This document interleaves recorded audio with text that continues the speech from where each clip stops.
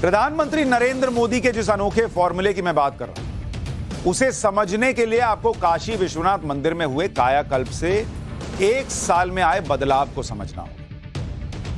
अब आप कहेंगे मंदिर, इकोनॉमी, मंदी और मंदिर का क्या कनेक्शन है भाई? अभी बताऊं। पिछले साल दिसंबर में ही काशी विश्वनाथ मंदिर का भव्य और अलौकिक रूप सामने आया था। मैंने वहां से आपको रिपोर्टिंग करके दिखाया था। जब काशी विश्वनाथ कॉरिडोर का उद्घाटन पीएम ने किया था, इसके 1 साल पूरा होने पर कॉरिडोर को विशेष तौर पर सजाया गया, विशेष पूजा पाठ भी हुआ। काशी विश्वनाथ कॉरिडोर बनने से 1 साल में क्या बदला, इसे देखने के लिए कितने लोग आ चुके हैं, इसे आप सुनेंगे तो हैरान रह जाएंगे।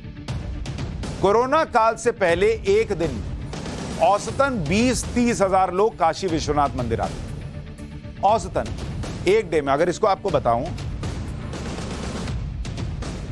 काशी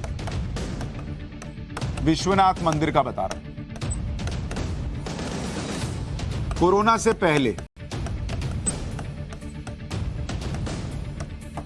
20-30 हजार, 20 से 30 हजार पर डे आते थे, पर डे दर्शन के लिए लोग आते थे। अब कॉरिडोर बन जाने के बाद कितने लोग आते हैं? कॉरिडोर के बाद ये जो 20 हजार था, ये बढ़कर 70-80 हजार पर चला गया। मतलब 4 गुना पर डे बढ़ गया, पर डे। रविवार और सोमवार को तो 1.5 लाख। इसमें अगर आप रविवार और सोमवार को अलग कर दीजिए, क्योंकि सोमवार भगवान शिव का दिन होता है, उस दिन यह आंकड़ा 1.5 लाख तक चला जाता है। 1.5 लाख श्रद्धालु एक दिन में आ जाते हैं दर्शन के लिए काशी विश्वनाथ।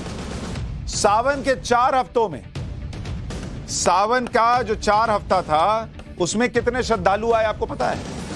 1 करोड़ श्रद्धालु आए, 1 करोड़ काशी विश्वनाथ। 1 साल में अगर आप इसको देखने जाएंगे कि 1 साल के अंदर अगर आप देखेंगे कि काशी विश्वनाथ में कितने लोग आए, क्या व्यवस्था रही, इसका आंकड़ा भी सुनेंगे तो आप हैरान रह जाएंगे। और अभी मैं इसको बताऊंगा कि क्यों इसको मैं पैरेलल इकोनॉमी और मंदी से जोड़ रहा हूं। इसको देखिएगा। 1 साल में जब से कॉरिडोर बना, 7 करोड़ 35 लाख लोग दर्शन के लिए आ चुके हैं।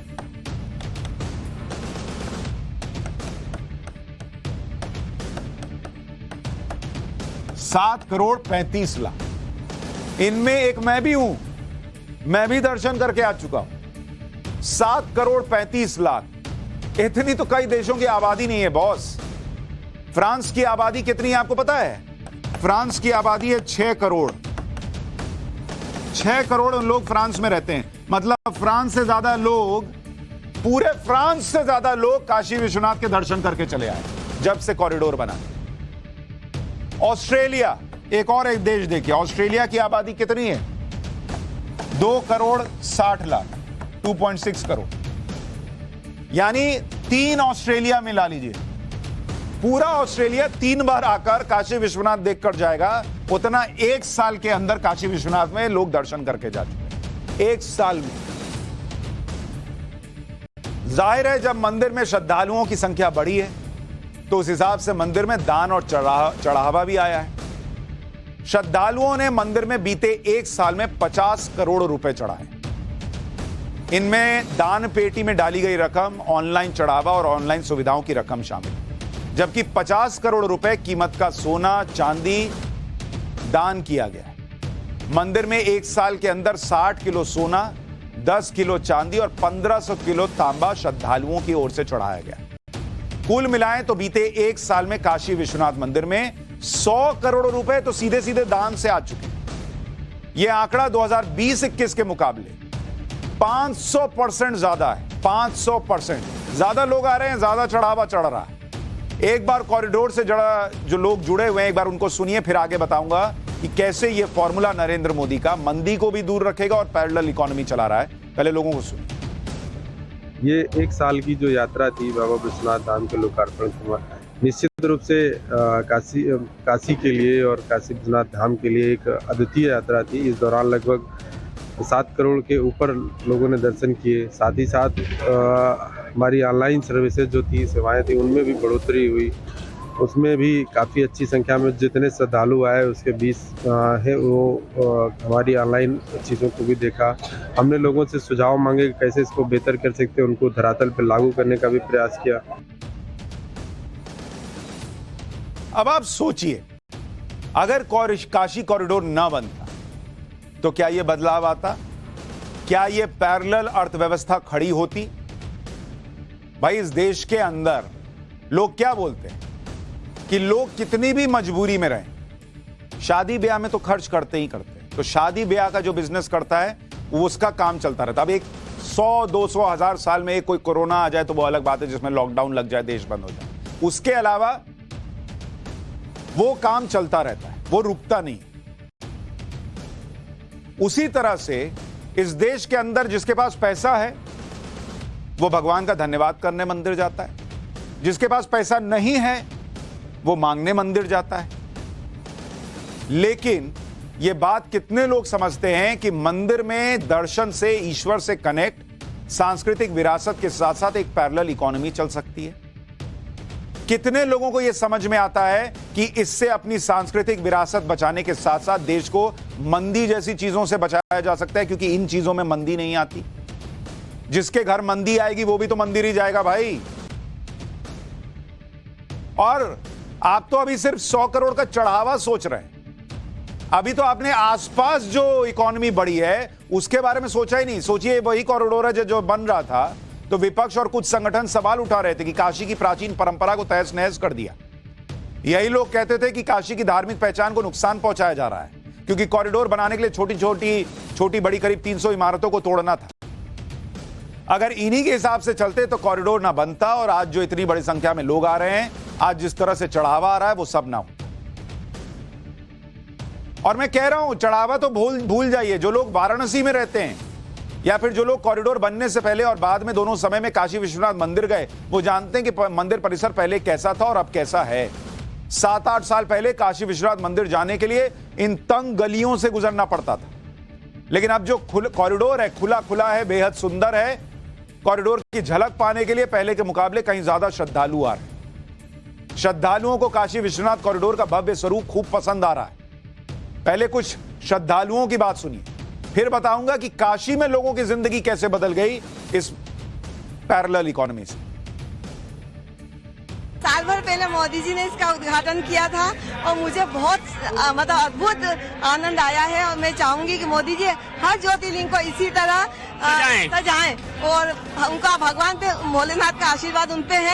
पहले भी आप आती रही है क्या यहाँ पे? जी आई, लेकिन मैं आई जब तक वो चीज नहीं थी जो आज मैंने देखी है। बहुत अच्छा हुआ कॉरिडोर का लेना। कैसा लगा कॉरिडोर आपको? बहुत भयावह है, बहुत सुंदर है, बहुत सुंदर है। बहुत अच्छा लग रहा है, यहाँ प्रांगण में आके इतना बढ़िया लग रहा है। ये भव्यता देख करके, ये विशालता देख करके और आध्यात्मिक स्वरूप देख करके सबका मन बहुत ही अंदर से उत्साहित और हम यहाँ पे पहले से ही रहते हैं और मुझे यहाँ रहते हुए 60 साल हो गया। मैं उन गलियों को भी देखी हूँ और उन छोटी छोटी दुकानों को भी देखी, और आज इनकी भव्यता को देखकर मुझे बहुत प्रसन्नता हो रही है।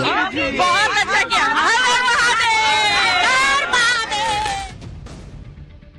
जब वाराणसी में श्रद्धालु बढ़ रहे हैं तो इसका असर वहां की अर्थव्यवस्था पर भी अच्छा खासा देखने को मिला। काशी विश्वनाथ कॉरिडोर के बनने से वहां पर आर्थिक गतिविधियां जबरदस्त तेजी से बढ़ गई। होटल, लोग आएंगे तो कहीं तो रुकेंगे ना, गेस्ट हाउस, सबकी आमदनी बढ़ गई। इसके अलावा छोटे छोटे व्यवसाय जैसे गंगा जी में नाव चलाने वाले, शहर में ई रिक्शा चलाने वाले, पूजा पाठ का सामान बेचने वालों की भी कमाई बढ़ गई। मंदिर परिसर के आसपास कपड़ों का बड़ा कारोबार होता है, उनकी बिक्री बढ़ गई। मंदिर के आसपास रेस्टोरेंट और खाने पीने की दुकान लगाने वालों की कमाई अच्छी खासी बढ़ गई है। शनिवार, रविवार, सोमवार और छुट्टियों के दिन तो काशी में पर्यटकों की भीड़ की वजह से शहर में जाम लग जाता है। यह पैरेलल इकोनॉमी जो है वो किस तरह से बड़ी हो गई। और आप सोचिए इसके बारे में, कितने लोगों का मंदिर में क्या ये सब पैसा लगा रहे हैं, क्या कर रहे हैं, वो देखिए कहां ले गया इस पूरी अर्थव्यवस्था को। एक बार जरा लोगों को सुनिए। टूरिज्म इंडस्ट्री और काशी विश्वनाथ धाम, काशी का शुरू से ही मुझे लगता है कि इकोनॉमिकल बैकबोन रहा है, लेकिन आज की जो स्थिति है वो बैकबोन और मजबूत हो चुकी है और काफ़ी मजबूत हो चुकी है कि पहले ऑल ओवर द ईयर वो इकोनॉमिक सपोर्ट नहीं मिलता था, कुछ टुकड़े टुकड़े में मिलता था, 2-3 महीने ऑफ सीजन हो जाता था, बाकी बहुत रश होता था। अब वो स्कैटर्ड होकर ऑल ओवर द ईयर है, तो इकोनॉमी तो काशी की बाबा के भरोसे ही है, और विश्वनाथ धाम के लोकार्पण के बाद से वो इकोनॉमी तेजी से आगे बढ़ी है। मैं अपनी पर्सनल थिंकिंग बताऊं, जब आज से कुछ वर्ष पहले पहली बार हमने ये पढ़ा अखबार में कि विश्वनाथ धाम की परिकल्पना हो रही है, तो हर एक काशीवासी को लगा कि ये इम्पॉसिबल है, लेकिन माननीय प्रधानमंत्री जी की वो विजन थी और ये हुआ। तो आज की जो स्थिति है वो बहुत अच्छी है काशी की। और आप भारत में देखिए, रिलीजियस टूरिज्म का एक ट्रेंड तेजी से बढ़ता चला जा रहा है, उसमें काशी नंबर 1 पे आ रही है। और ये सिर्फ बात काशी की नहीं, देश के अलग अलग हिस्सों के बारे में मैंने आपको बताया कि किस तरह से, इसी तरह से जो संस्कृति से जुड़े हुए, हिंदू धर्म से जुड़े हुए केंद्र हैं, उनमें लोगों की आस्था को ध्यान में रखते हुए उस सांस्कृतिक विरासत को भी बचाया जा रहा है और कैसे एक अर्थव्यवस्था को मजबूती भी दी जा रही है।